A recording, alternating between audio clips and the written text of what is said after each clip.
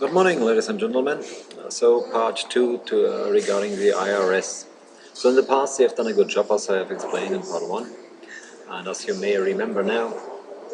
So, what many people don't know, what Al Capone didn't realize, what many people who want to legalize marijuana with the argument that the government and state makes more money with it by taxes, don't realize it.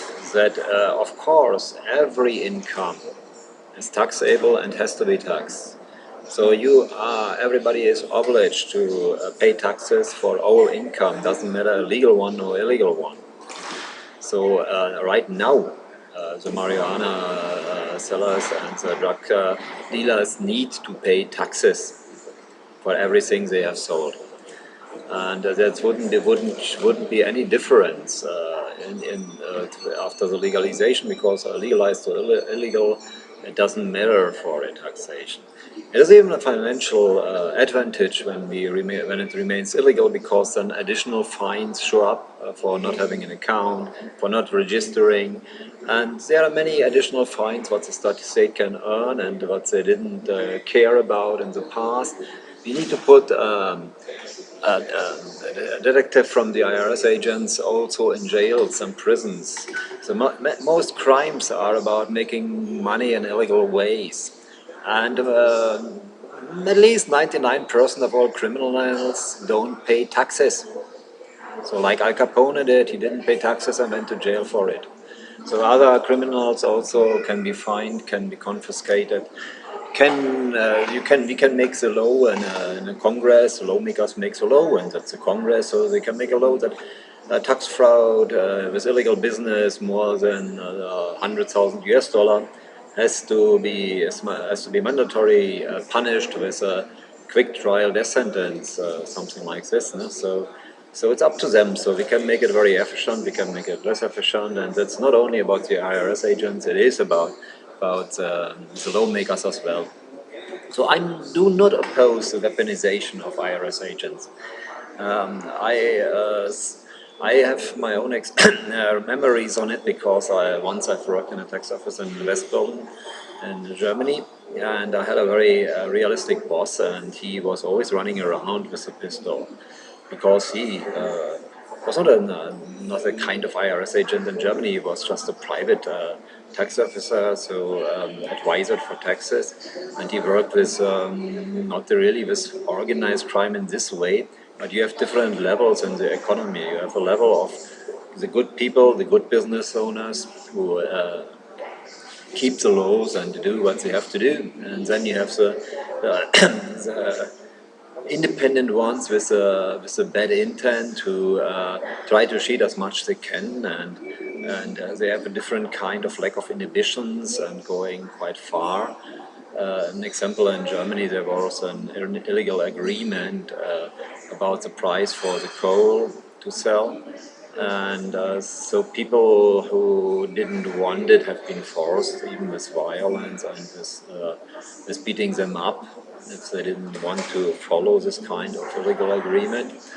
And it was also like this, that there was a cheating going on. I'm not up to date if it's still like this. I know that it became public a bit later than I have known it, or some years later than I have known it, and my boss has known it. So the sold coal was always combined with cheating. So they sold.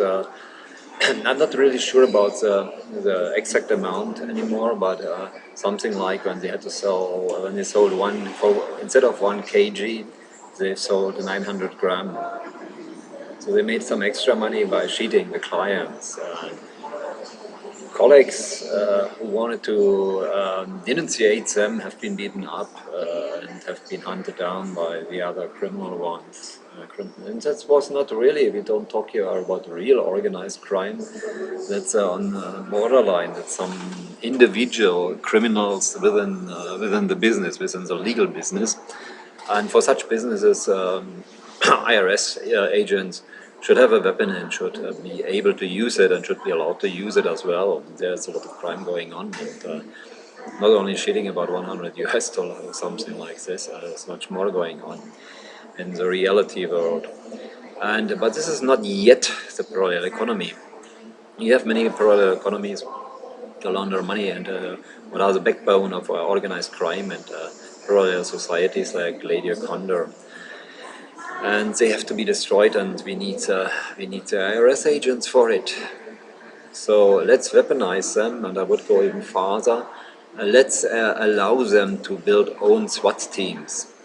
When they go to an organized crime, investigating illegal business of drug cartels, trying to find evidence about parallel drug economy, or even evidence that the economy of organized crime, the legal parts of economy of organized crime that's in the background ruled by organized crime, they are many times involved in illegal money laundering and other crimes. That's why the organized crime use it.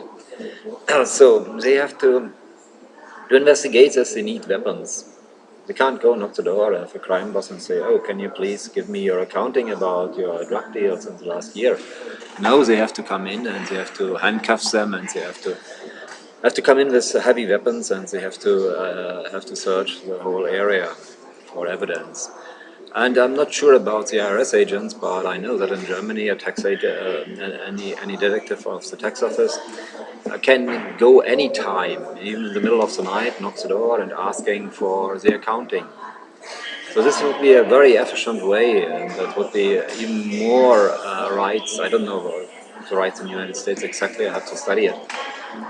But in some ways, they will have more rights and more possibilities to investigate and destroy organized crime. I remember a small talk with Elvis Secco, a short one, and he was the coordinator for organized crime in the Brazilian Federal Police and weapon trade, etc., international things. And he was realistic enough to realize the parallel economy and to destroy it. So he called it Lava Jato of PCC. PCC is the biggest organized crime firm, but it's not only about PCC. PCC has learned it from 'Ndrangheta, what's an Italian one. And many leading organized crime firms have a parallel economy. That's nothing new, and it will even increase in the future. Many churches have developed to an organized crime firm and have parallel economies, working even on illegal ways and cooperating with drug cartels, especially in Brazil. So this has to be investigated, this has to be cared about with weapons and not without weapons. So let IRS agents have their weapons and train them, and let them have even their own SWAT teams, but mainly for investigating tax fraud in organized crime. So not for $100 cheating of taxes. No. So must be a relation between the ways to investigate and what's about to investigate, of course. But the IRS agents, I think they are trustworthy, so don't worry. Let's honor them, let's cooperate with them, let's use them in the war on drugs and the destruction of organized crime and parallel societies, and even the destruction of Gladio Condor, what Tulsi and others call the military-industrial complex. And I call it simply Gladio Condor deep state. And Gladio Condor, parallel economy, they have a parallel economy, every parallel society. But there's a deep state is just a part of the parallel society, the undermining of the state. There are different parallel societies. And a parallel society that has a deep state has also a parallel economy. So everything has to be destroyed. And the parallel economy is the financial backbone of them. Without the parallel economy, they can't even sell drugs and they can't distribute drugs. They won't have the networks. No? You see, we are good to rise up on an international level only because of the help of 'Ndrangheta, who had a network and the parallel economies on a worldwide base, used now by Ally and PCC as well. Okay, this was part 2.